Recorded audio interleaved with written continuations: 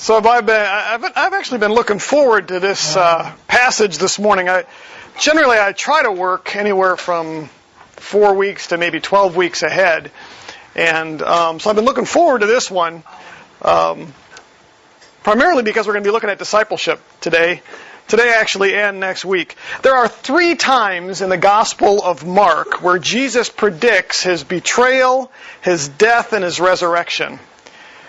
The first one came immediately after Peter's confession. If you remember when Jesus asked, "Who do they say that I am?" and they kind of answered the different responses people gave. And then he asked Peter, "Well, who do you say that I am?" And Peter says, "Well, you're the Christ." And that was our first climax in the book. And immediately after that, Jesus describes his death, his betrayal, his death, his resurrection. The second time he does that is found in our passage today. And then the third time is found in our passage for next week. And so all 3 of these are kind of clustered together in a section of Mark's Gospel. And what I find fascinating about this is the context that surrounds these 3 times that he portrays his betrayal, death, and his resurrection.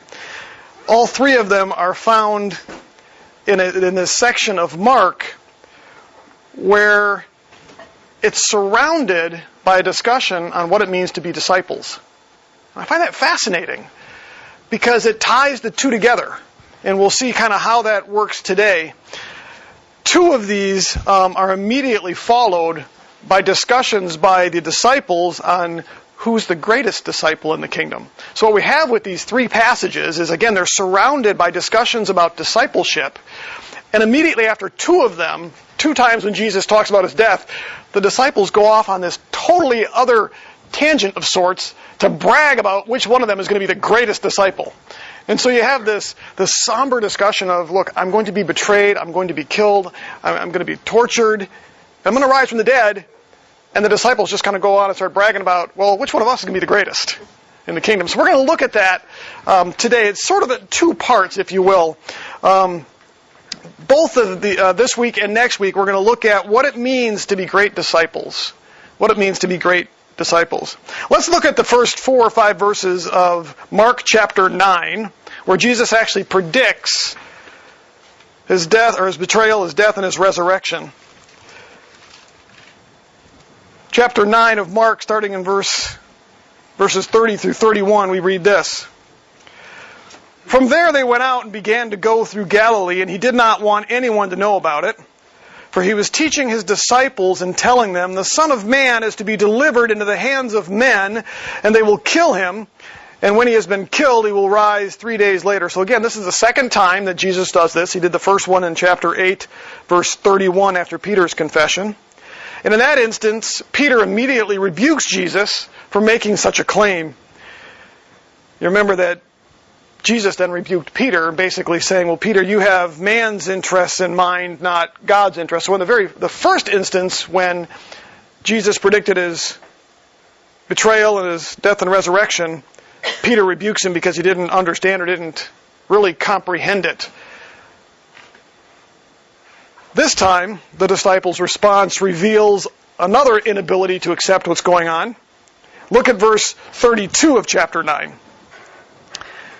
Immediately after Jesus does this, they say, or the text tells us, and they did not understand, and they were afraid to ask him about it. The word translated understand there has 2 primary meanings in the New Testament. The first one is a refusal to simply think about something or give attention to it. Doesn't mean there's an inability to understand it, but rather they just refuse to think about it. The second way this word is used is it literally means to lack the capacity or an ability to understand something. The second meaning is likely what's intended here. In other words, when it says that they did not understand, what it means is that they were not able to understand or comprehend what Jesus had just described to them. Remember, they were coming from the perspective of waiting for the Messiah to come, to conquer Rome and to stand up the Davidic kingdom. That's what they were expecting. That's what they were waiting for. And so they've seen Jesus do all these amazing things. Can you imagine what that must have been like, traveling around with Jesus and seeing him heal, seeing him perform miracles, casting out demons, feeding not just 5,000, but probably likely 15 to 20,000 people with a few fish and bread. And then the guy starts talking about, well, yeah, but I'm going to be betrayed. I'm going to be killed. I'm going to be tortured at the hands of some wicked people, and then I'm going to be put on a cross to die. But I'll rise from the dead. That's something that just was not something that they had considered. If we look at Luke, you don't have to turn there, but Luke chapter 9, verse 45 actually says that the truth of what Jesus was saying was concealed from them so that they might not perceive it. I believe that the reason for that was likely because as disciples, as the 12, or actually what became the 11, their job was to now carry the message of the cross and the resurrection, the gospel itself, to the rest of the world.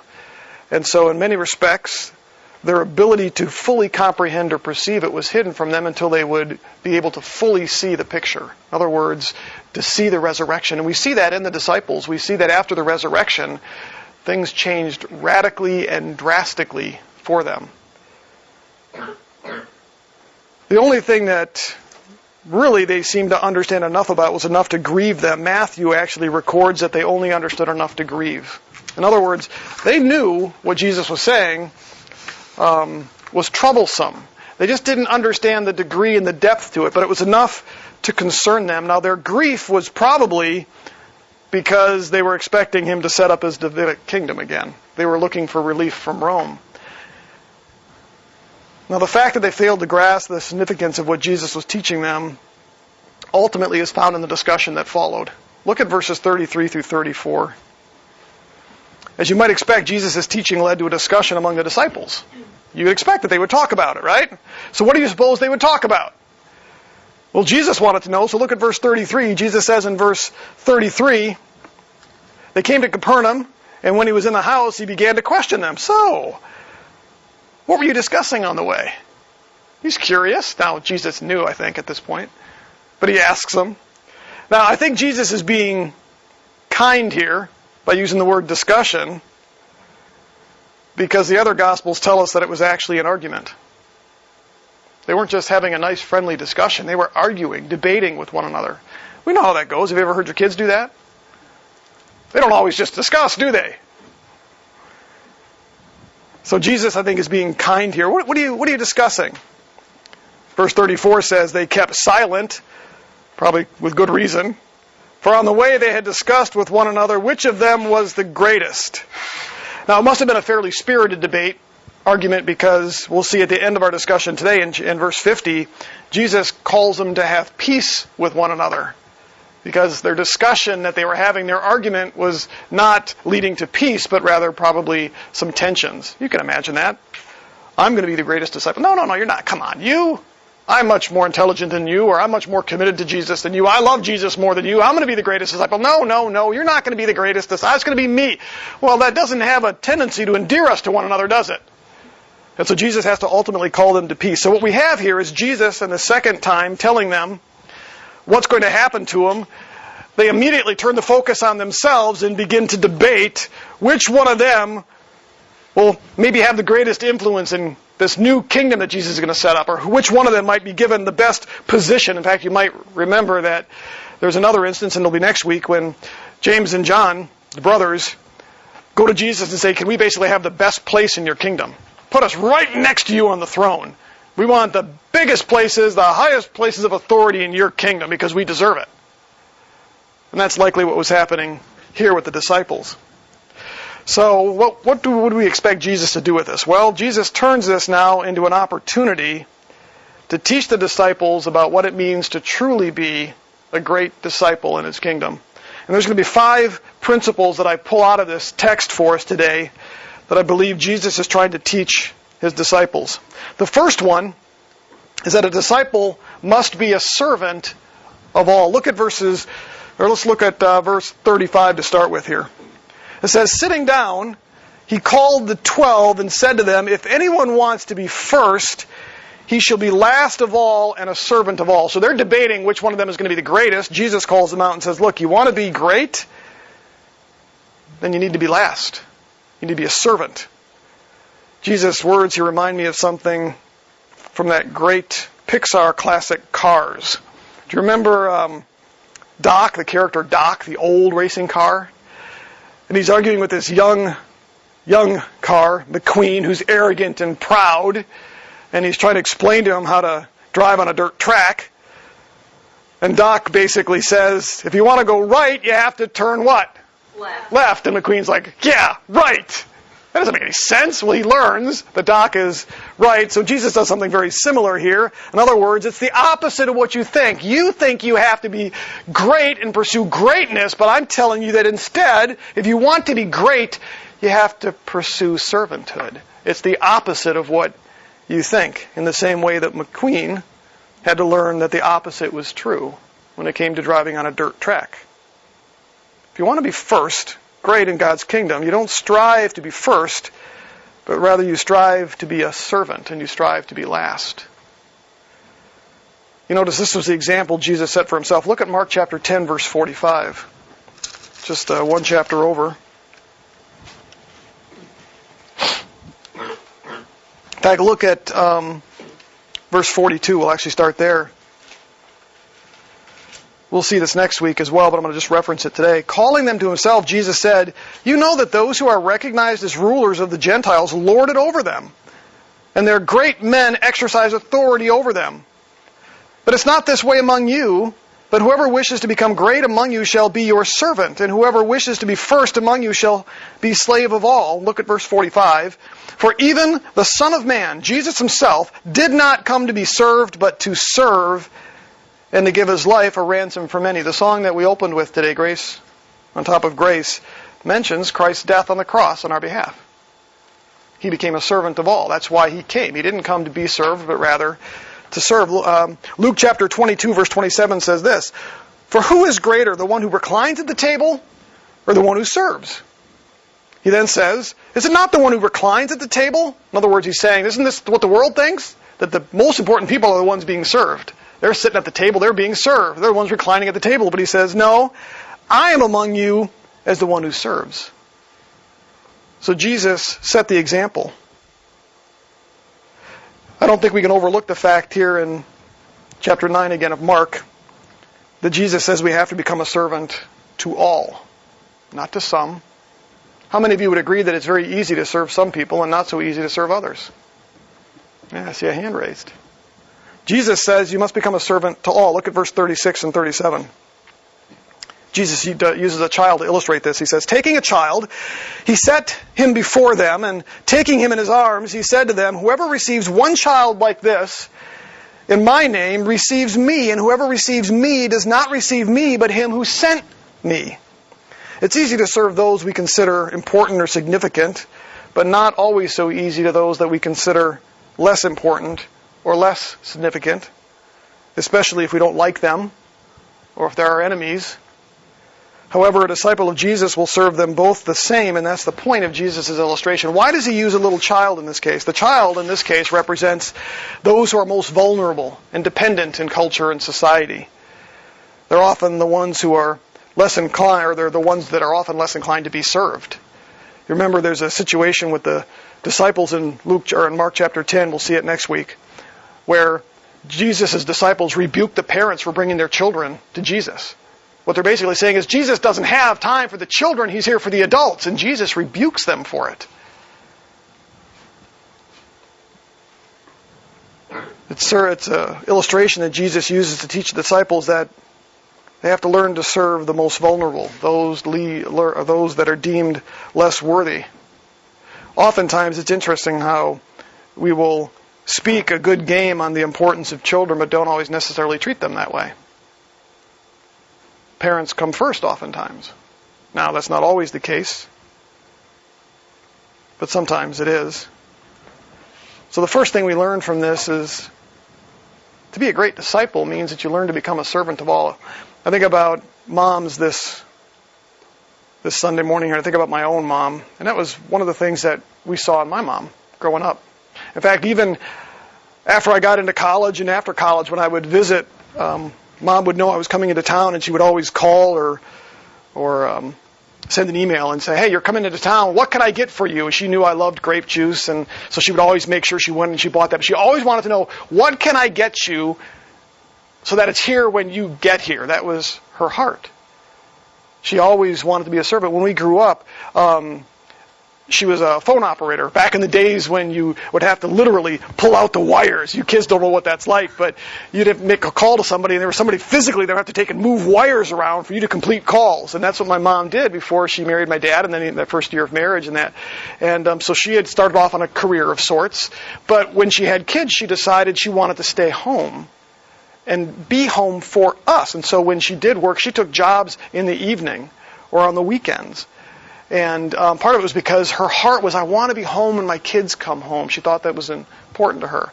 She taught us kids growing up what it was like to serve, because she would serve us on a regular basis. And likewise, she taught us to then serve within the family. We were taught to cook at a very young age, to prepare meals, to do our chores around the house. Even to this day, I think my own wife and my kids would agree that Grandma loves to serve. She loves to, when we go home, she wants to take care of us. You know, she still wants to go and do all the grocery shopping before we ever get there. And we keep saying, no, we'll come and do the grocery shopping. When I get there and when we go there, we oftentimes have to shop multiple times because it's, a smaller house and a refrigerator and stuff. And so we'll go and get the things as we need them. And my mom will always say, well, I want to go along. And she will whip out her credit card and won't let me pay for the groceries that we're eating because she wants to serve. That's an example of a great disciple. Let's look at the second principle that we learn here in verses 38 through 41. And that's this: a disciple must not possess a spirit of exclusivism. It's a strange word, but a disciple must not possess a spirit of exclusivism. Let's look at what happens here. John approaches Jesus out of concern from what he sees some outsiders doing, meaning those who are not a part of the 12. Verse 38 says this: John said to him, "Teacher, we saw someone casting out demons in your name, and we tried to prevent him because he was not following us." These individuals were doing ministry in the name of Jesus. They weren't a part of Jesus' group. They weren't a part of the 12, but they were out doing ministry in the name of Jesus, and they were casting out demons. John was concerned about that. So he said, we and the other disciples, we went up to them and told them to stop doing what they were doing because they're not a part of our group.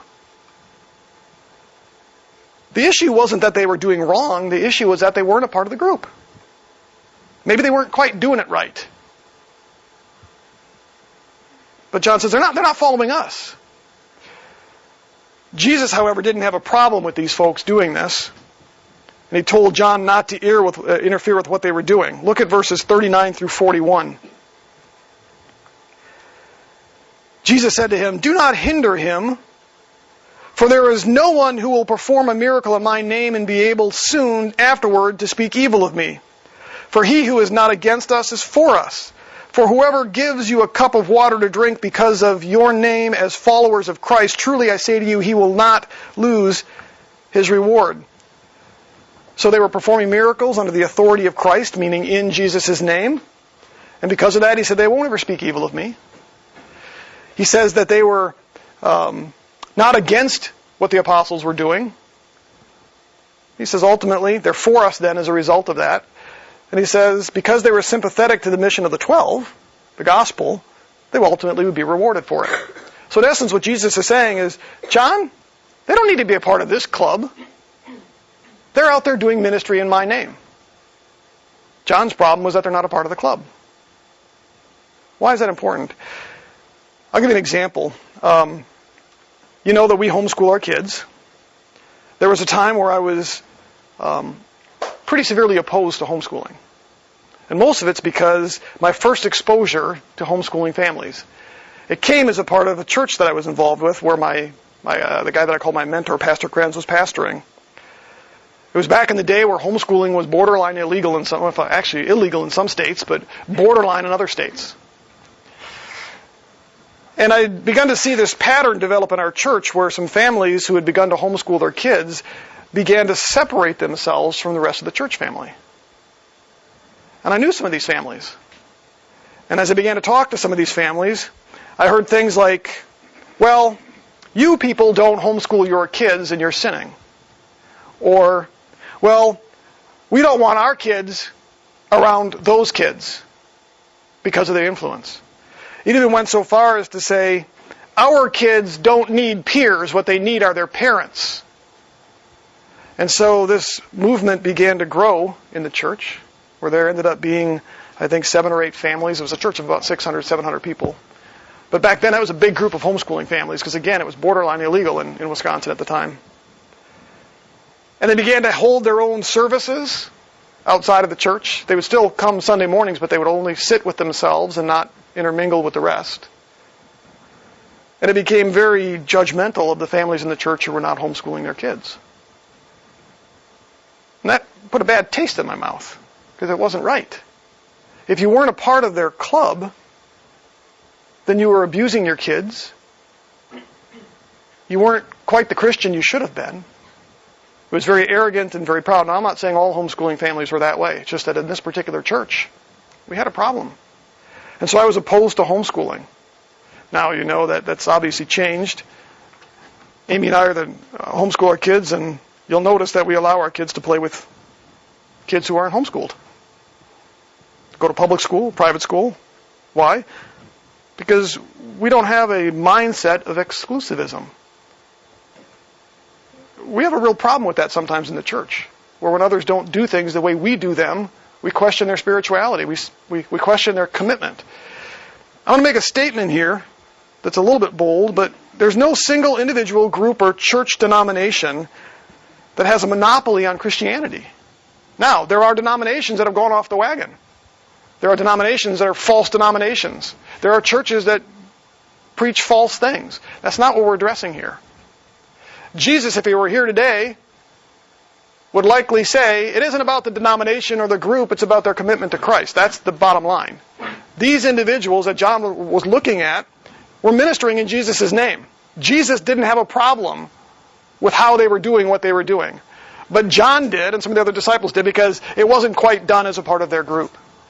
And so true disciplehood of Jesus means that we have to be careful of thinking that we're in this exclusive club sometimes. And that's, I think, kind of hard.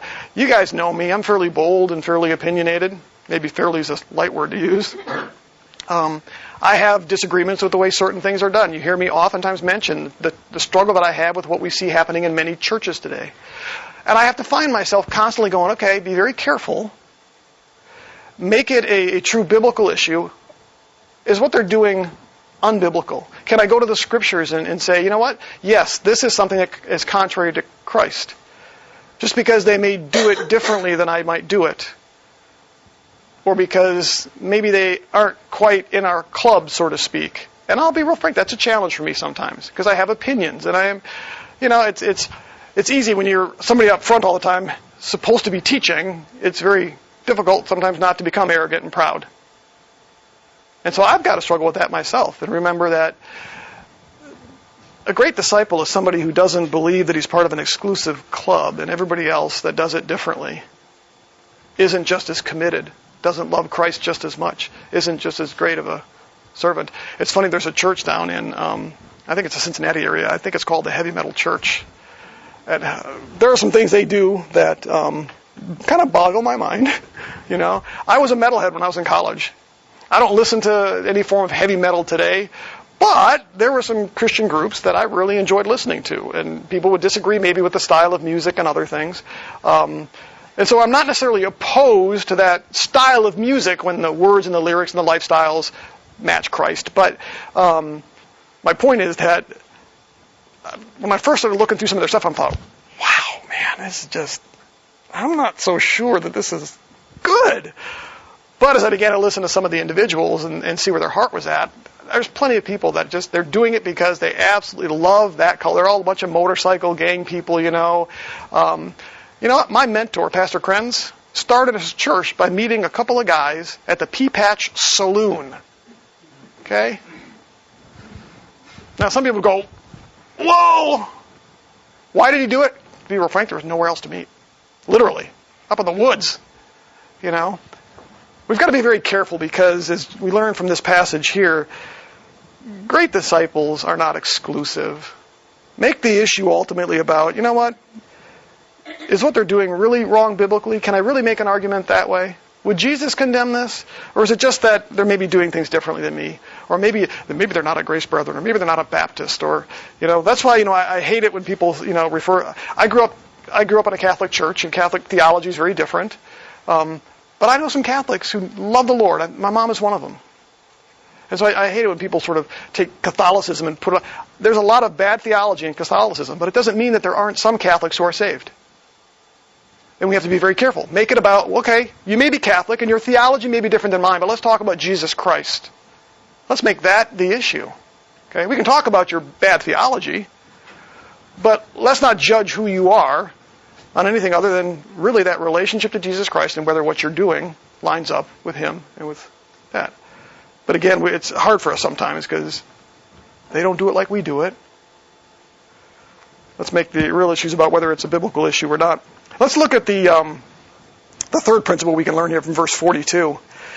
And that's this: a disciple must not cause other believers to sin. That just seems like an obvious one, doesn't it? We can probably skip this and move on, right? Well, we're not. We're going to talk about it.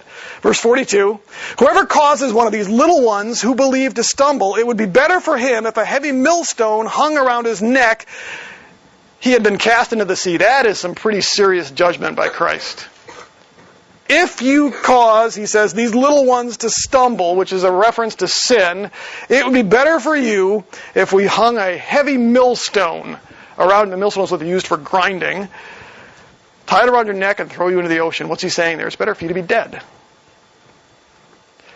Now these little ones here, I think is better translated as these humble ones, because the NASB, if you notice in your Bible, may have a little note that another way to translate that is literally humble ones. He doesn't say these little ones, he says these humble ones. In Matthew chapter 18, the emphasis is on humility and humbleness. That's the parallel passage to this. In Matthew, he attaches that phrase, these humble ones, to the children, which is why we often see it translated as little ones. But Mark here, you notice there's really no children at this point in the text. These, the Greek word these, refers to the group right above it. Well, who are the these right above it? It's the ones out ministering on behalf of Jesus. They weren't kids. So I think it's better for us to understand this as not so much causing children to stumble, but those who are humble. Those who are maybe not quite as mature in their faith in Jesus Christ. That's the real challenge. Now, that applies to children, which is why Matthew applies it to children. What Mark does is Mark applies it to the whole group. Doesn't just limit it to children. And so what we find here is that a great disciple is somebody who is very, very careful not to cause those who are weaker in the faith or less mature in the faith to sin. Does that sound like anything else we've ever studied? Remember Paul's discussion of Christian liberty? On how Paul says, I won't do something if it causes somebody else to stumble, even though it's perfectly fine for me to do it. I won't do it if it causes them to stumble or might lead them into sin.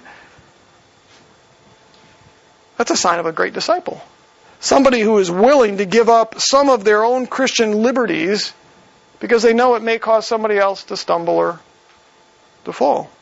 I got challenged by that when I was in college. I was involved with Steve in Campus Crusade for Christ, and I was an MC, so I would introduce the meetings and kind of proceed the meetings along. I played in the band that we had. I was a leader. Well, by my senior year, I had kind of copped an attitude, kind of gotten a little sour on some things. And one of the Campus Crusade directors had seen that in me, and so he pulled me aside. I still remember the room we met in, this little round table in one of the dormitories, and basically called me out on some of my behavior and my attitude and said, you're a leader. There are people here, if they see you behave this way, they think this is okay. And it's not okay. And at that time, I just kind of looked at him, folded my arms, and kind of went, what's your problem, dude? Because of my attitude. But he was right. And it finally impacted me. I thought, I can't do that. I can't behave that way. I've got to be careful in the way that I behave and the things that I do. Even if it's not necessarily sin, if it causes somebody to sin, that's a bad thing. And so, as he's talking to these disciples here, he's basically challenging them, don't lead others into sin. And the judgment for it, Jesus hates that. Jesus absolutely hates it. It's not a small sin, folks. It's a huge sin because of the way Jesus describes it here. It'd be better to tie a stone around your neck and throw you in the ocean if you cause a weaker brother or sister in Christ to stumble. Think about that as parents. Think about moms today. There are plenty of things that, Mom, you're permitted to do. Maybe it's well within your rights as a Christian. Maybe it's not necessarily sin, but when you live your life in a way that thinks, you know what, I'm going to maybe live in a way that absolutely tries to ensure that my kids don't be led into temptation. I think of one great example with my own parents. My parents did not drink. Mom, as we got older, we were in college, would have a Rhine wine, but they didn't drink. They could have.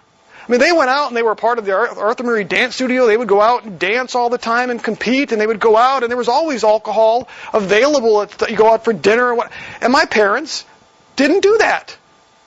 I grew up where, by the time I was a senior, most of my friends were all going out and getting drunk. I would go to the parties, and me and another friend wouldn't drink anything, and instead, we would drive all the drunk people home. Literally, I would get in their car, drive them home to their house, and my buddy would follow me in his car so that I would have a way back to the party to pick up the next person. Now, I would have drunk probably like the rest, but I grew up in a home where that wasn't even introduced to me. Now, counter to that, most of my friends that I was driving home when they were drunk had parents who drank all the time. My next door neighbor was a drunk, an absolute drunk. My best friend Rick, his parents would supply the beer. I would go over to his house and get ready for our big invitational swim meets and whatnot, and his mom would make us dinner, which was usually a slab of steak, about 16 ounces and nothing else, just a steak on a plate. And they would bring in a six-pack of beer for my best friend Rick. We were 16 and 17. His mom would put a six-pack of beer on the table, and Rick would polish that off by the time we were done eating. By the time I was a senior in high school, he was doing coke and any number of other drugs. His life had been destroyed because of the behavior of his parents. Now, was it okay for his parents to drink? Well, certainly. Should they have, because of where it led? My parents took a different route. They chose not to do those things. A great disciple is very careful about leading others into sin. And sometimes that means we give up certain liberties and protections. We make ourselves last. We give up certain things because they're just not important to us.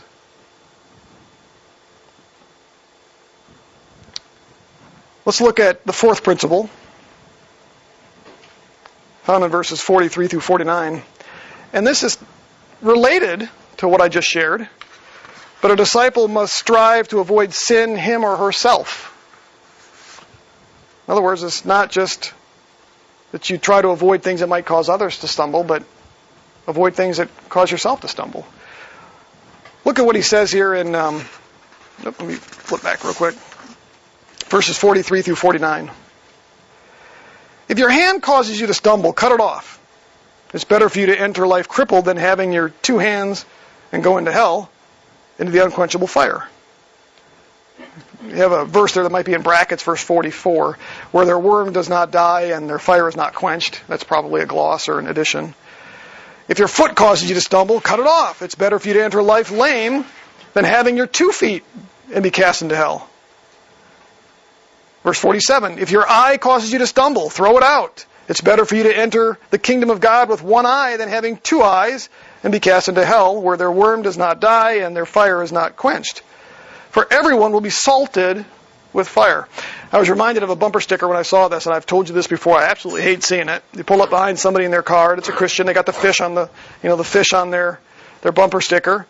Maybe they've got a bumper sticker about how much they love Jesus, but then you also see one next to it that says, Christians aren't perfect, just forgiven. Which to me, theologically it's true. It sounds to me like an excuse. I've shown you a couple of videos a couple of weeks ago. There were 2 sets of videos I showed of basically asking the question, who do you say that I am? And we saw these responses. I deliberately left one of the videos out that it was a great video aside for one thing, and I left it out. It was this young lady who quite clearly professed to be a Christian because she said, I'm a Christian. But this is what she said. For me, I'm a Christian. Jesus is my Savior, which means I'm forgiven. I can do whatever the blank I want and not worry because He's cool with that. Now, does that sound like what Jesus wants of us? He's my Savior. I'm a Christian. And that means I'm forgiven. I can do whatever the blank I want and not worry about it because He's cool with it. In other words, I got my free ticket. We're all good. It's not the way that a disciple thinks. And so as these disciples are debating, all puffed up with pride, I'm the best disciple, and I'm the best disciple. And you can imagine Peter's probably in there. He probably said, no, it's me, guys. I love Jesus the most. I'm really committed to Him. But what happened with Jesus just basically a week later almost? A week and a half? I didn't know Him. I didn't know Him. And he runs away. Denies Christ.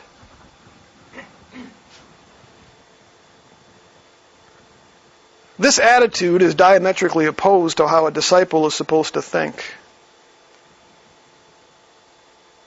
We went through the book of Ephesians not too long ago, which lays out in the first chapter and a half what Christ has done for us and the fact that we are now to walk in those things. And Paul starts the practical application of his book in Ephesians 4:1 by saying, therefore, I, the prisoner of the Lord, implore you to walk in a manner worthy of the calling with which you've been called. If you remember, after God lays out the long list, 600 plus commandments in the Old Testament, and He gathers all Israel before Him after Moses has just laid out the law for him. And you can imagine the crowd is probably sitting there, their heads are spinning. How are we going to remember all this? They don't have cell phones, they can't pull up, commandment number 642 on their phone, but it's all been laid out and they're probably overwhelmed, and God says, now if you're thinking this is too hard for you, don't. I'm going to give you a little key here. Love me and just obey my commandments. Love me and just obey.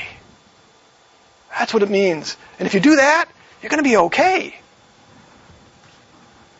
Jesus, I've been looking over a future passage here where the scribe comes to Jesus and says, he's rather intrigued. All the other scribes are slamming Jesus. And there's this one little bright spot where this one scribe off to the side hears Jesus and he's impressed with how Jesus is answering the questions of the scribes and the Pharisees and the Sadducees. It's during his last week. It's when he's in Jerusalem. It's the last confrontation with the scribes aside from getting arrested.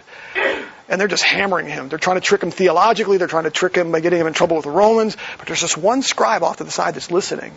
And he's impressed with what he hears. And so he goes to Jesus and he says, what are the two greatest commandments? And what does Jesus say? Love the Lord and love others, right? As a way to summarize all of it. And the scribe says, you're right, Jesus, which means the scribe understood that. And Jesus says, you're not far from the kingdom. Now, what was he missing? The only thing he was missing was accepting Christ as Savior. Now, we don't know where he ended up. But loving the Lord means that we obey Him, which means you want to be a great disciple. Stop focusing so much on being a great disciple and instead focus on, Lord, I want to love you in a way that avoids sin. I want to take that seriously. I think we live in a church age today where the church has lost its mind because I don't think a lot of Christians even think on a daily basis. Have I done anything today that might offend Christ?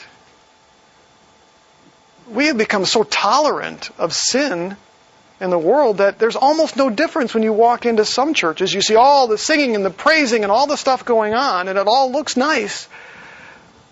But then you look at some of that during the rest of the week, and there's no difference than the unsaved people around them. That may sound judgmental. That's just the reality, folks. And I find myself sometimes doing that. Isn't that the truth? We're told to be actively involved with confession. In fact, 1 John tells us that if we say we don't have sin, we're lying and deceiving ourselves. And instead he says, what you ought to do is you ought to confess and allow the Lord to cleanse you and take care of that. So the fourth principle we see here is that a truly great disciple tries to avoid sin. Let's look at the fifth and final principle here. It starts with what we saw in verse 50 or 49 where it says, for everyone will be salted with fire. That's a sort of a form of judgment there, if you will. But verse 50 says this, salt is good, but if the salt becomes unsalty, with what will you make it salty again? Have salt in yourselves and be at peace with one another. Now this is kind of an interesting one. In the ancient Near East, salt was used as a preservative. It was used to cleanse things. It was used as flavoring.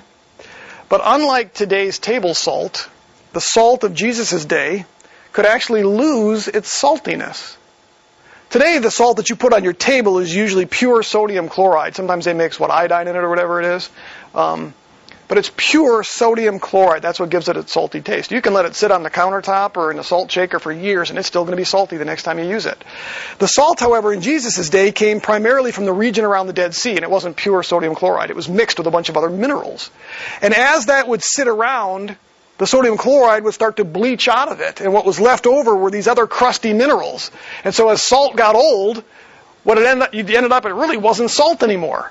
It was other chemicals, gypsum and other things. And so it literally had no flavor, but not only that, it had no value anymore because it couldn't be used to preserve things or to cleanse things. And so that's why Jesus is saying here, hey, if it becomes unsalty, it's no good anymore. It was something they would have understood. Salt was also used, however, in the making of these binding agreements between two different parties. When two parties would agree in a covenant relationship, they would eat salt together before witnesses, and that salt would then be used to secure or to bind the contract. We actually see that in the Old Testament. 2 Chronicles chapter 13, King Abijah referred to the Davidic covenant as a covenant of salt. Isn't that interesting? The Davidic covenant, a covenant of salt. God's covenant with the priests was also called a covenant of salt in the book of Numbers. Some of the sacrifices in Leviticus were performed using salt and called a salt of the covenant. Salt actually symbolized the preservation of covenants and the maintaining of peace with God. That's exactly how Jesus is using it here. Why does he tell the disciples here, have salt within yourselves?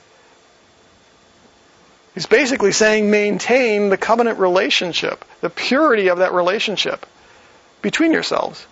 There was something that bound these 12 disciples together here, and it was a relationship with Jesus Christ.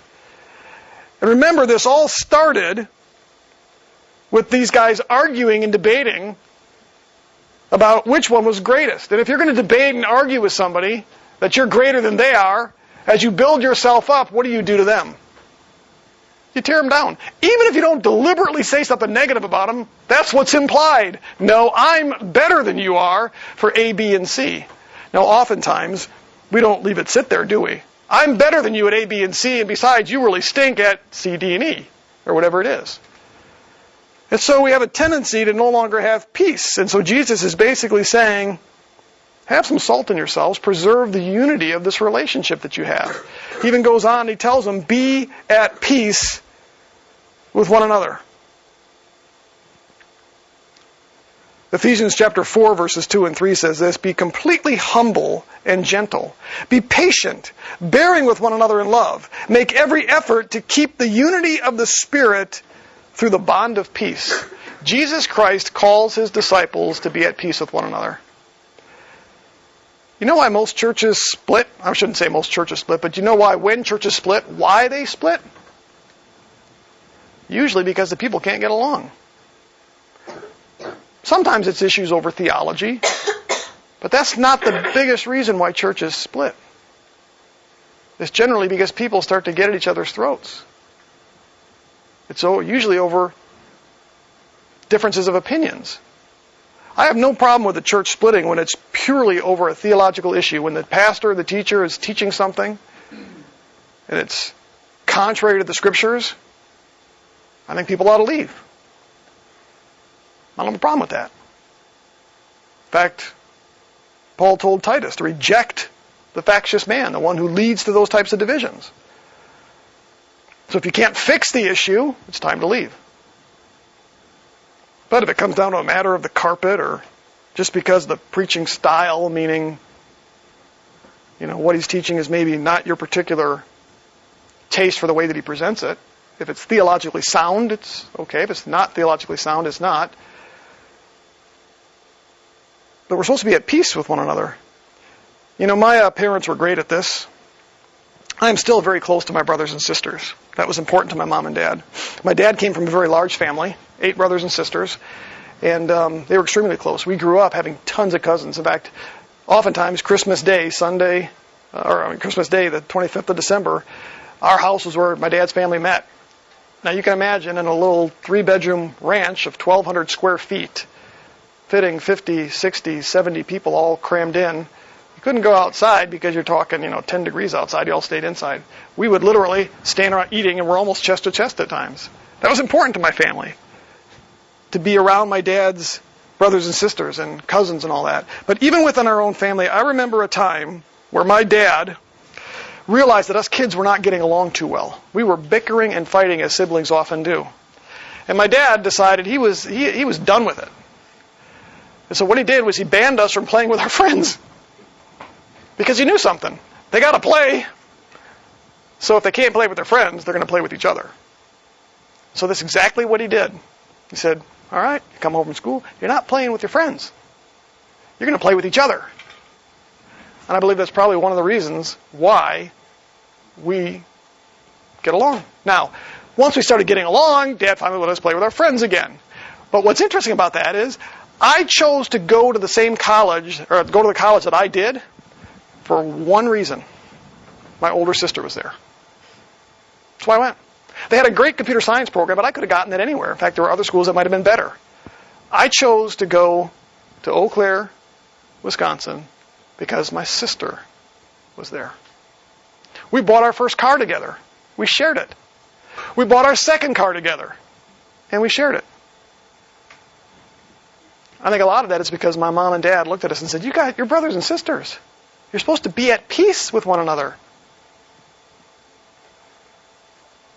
I've got friends and others who can barely stand their siblings. Can't get along. It shouldn't be that way. If there's anybody you really should get along with, it's part of your own family. And that's what Jesus is doing. He's looking at these disciples here and he's saying, I just told you about my death. There's bigger issues here and you're sitting here and debating each other over which one of you is better than the next one. We've got to end that. And so he says, have salt in yourselves. Because if you lose your saltiness and you can't get along and you can't be at peace with one another, this world is doomed.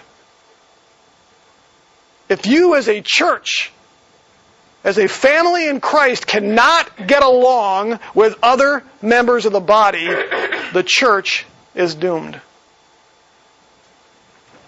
And so one of the principles on being a great disciple is to be somebody who is absolutely committed to peace with others.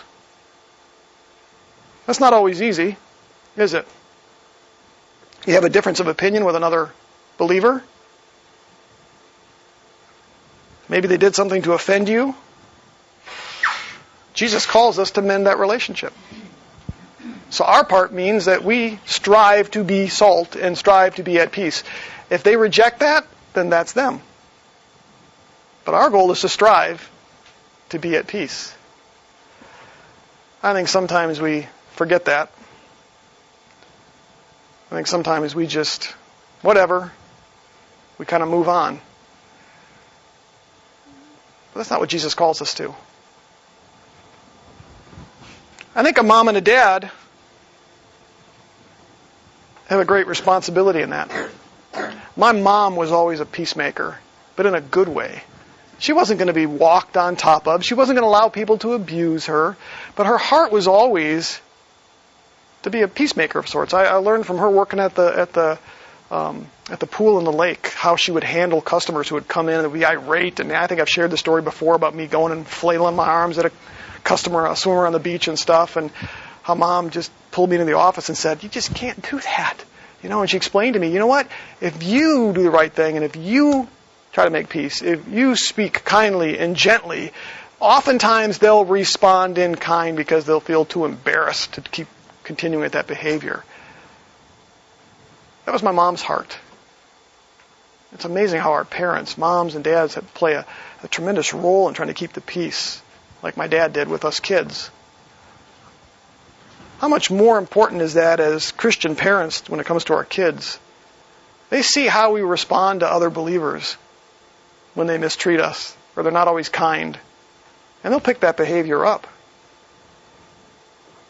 So it challenges us as parents to live that way around our kids so that they might learn how important it is to maintain peace. Now, that doesn't mean that it's always possible to maintain peace, because sometimes people will refuse. The homeschool families that I had shared with you from my growing up, there was no talking to them. They were so convinced that those who didn't homeschool their kids were wrong. Okay? The rest of us do the best we can to love them anyway. Maintain the peace with them. If it doesn't exist, at least we can say, I tried, I did everything I could, because a disciple of Jesus will try to do that.